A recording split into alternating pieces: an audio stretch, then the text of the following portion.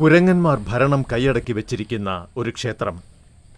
ക്ഷേത്ര സന്ദർശകരിൽ നിന്ന് കിട്ടാവുന്നതെല്ലാം തട്ടിപ്പറിച്ച് മരം കയറുന്ന കുരങ്ങന്മാർ അവരെ അനുനയിപ്പിച്ച് ബാർട്ടർ രീതിയിലൂടെ, അതായത് പകരമെന്തെങ്കിലും നൽകി തട്ടിയെടുത്ത മുതൽ തിരിച്ചു വാങ്ങുന്നു.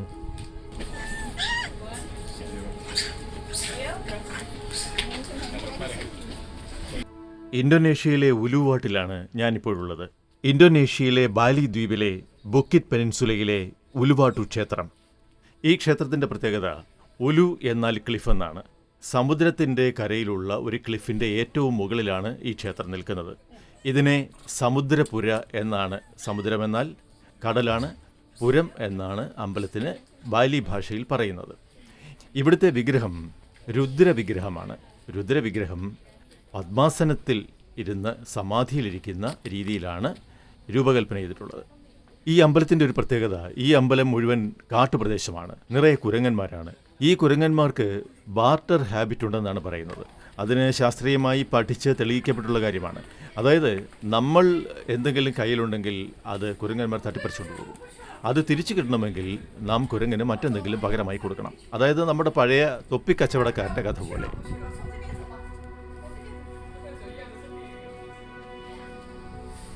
ബാലിയിലെ ഡെൻപസാർ വിമാനത്താവളത്തിൽ നിന്ന് ഏകദേശം അരമണിക്കൂർ കൊണ്ട് ഉലുവാട്ടുവിലെത്താം. കടലിലേക്ക് തള്ളി നിൽക്കുന്ന 270 അടി ഉയരത്തിലുള്ള അതിമനോഹരമായ ക്ലിഫിൻ്റെ അഗ്രത്താണ് ക്ഷേത്രം. ഉലു എന്നാൽ അഗ്രമെന്നും വാട്ട് എന്നാൽ കടലിലേക്ക് നീണ്ടു നിൽക്കുന്ന ക്ലിഫ് എന്നും ബാലിനീസിൽ പറയുന്നു.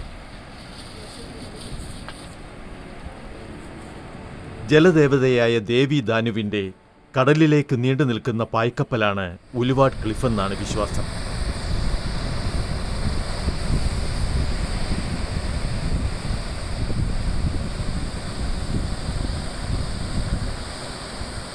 പുരലുഹർ ഉലുവാട്ട് എന്നാണ് ഈ ക്ഷേത്രം അറിയപ്പെടുന്നത്. അതായത് തിരുപ്പിറവിയുടെ ക്ഷേത്രം എന്നർത്ഥം. ഇന്തോനേഷ്യയിലെ ഹൈന്ദവ വിശ്വാസപ്രകാരം പരമോന്നത ആരാധനാമൂർത്തിയായ സംഖ്യാങ് വിധി വാസയുടെ രുദ്രാവതാരമാണ് ഈ ക്ഷേത്രത്തിലുള്ളത്.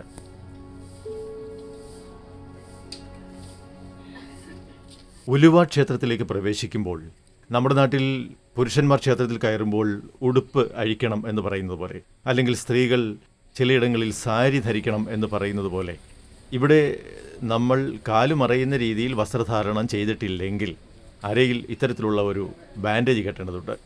അതല്ല നിങ്ങൾ മുട്ടിന് താഴെ മറയാത്ത വസ്ത്രമാണ് ധരിക്കുന്നതെങ്കിൽ വയലറ്റ് നിറത്തിലുള്ള ഒരു തുണി നമ്മൾക്ക് ഉടുക്കാനായി ക്ഷേത്രത്തിലും തരും. അങ്ങനെ വലിയ ആചാര അനുഷ്ഠാനങ്ങളുള്ള ഒരു ക്ഷേത്രമാണിത്.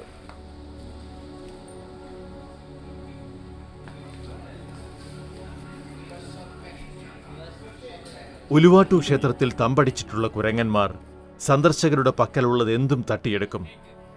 തട്ടിയെടുത്ത വസ്തുക്കൾ തിരിച്ചു കിട്ടാൻ പകരമെന്തെങ്കിലും നൽകണം. ആദിമൂല ചേഷ്ടകൾ അപഗ്രഥനം ചെയ്ത വിദഗ്ധർ പറയുന്നത് കുരങ്ങുകൾക്കിടയിലെ ബാർട്ടർ അഥവാ കൈമാറ്റ കച്ചവട സ്വഭാവമാണിതെന്നാണ്. ഈ തസ്കരശീലം വാനരന്മാർ തലമുറകളിലൂടെ കൈമാറുന്നു. തസ്കര മുതൽ തിരിച്ചു വാങ്ങാൻ ക്ഷേത്ര പരിസരത്ത് ആളുകളെ പ്രത്യേകമായി ചുമതലപ്പെടുത്തിയിട്ടുണ്ട്. അവർ കുരങ്ങന്മാർക്ക് കായ്കനികളോ മിഠായിയോ പകരം കൊടുത്ത് തൊണ്ടി തിരിച്ചു വാങ്ങി അതിന് നല്ല പ്രതിഫലവും കൈപ്പറ്റുന്നു. ഇത് വാനരന്മാരും അവരും തമ്മിലുള്ള ഒത്തുകളിയാണെന്നും പറയപ്പെടുന്നു.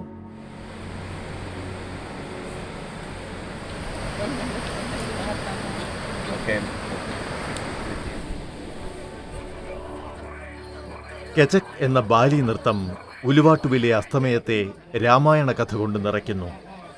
എന്നും സന്ധ്യയ്ക്ക് 6 മണിക്ക് രാമായണം പ്രമേയമാക്കിയ കചക് നൃത്തം കടലിൻ്റെ പശ്ചാത്തലത്തിൽ ഇവിടെ അരങ്ങേറുന്നു.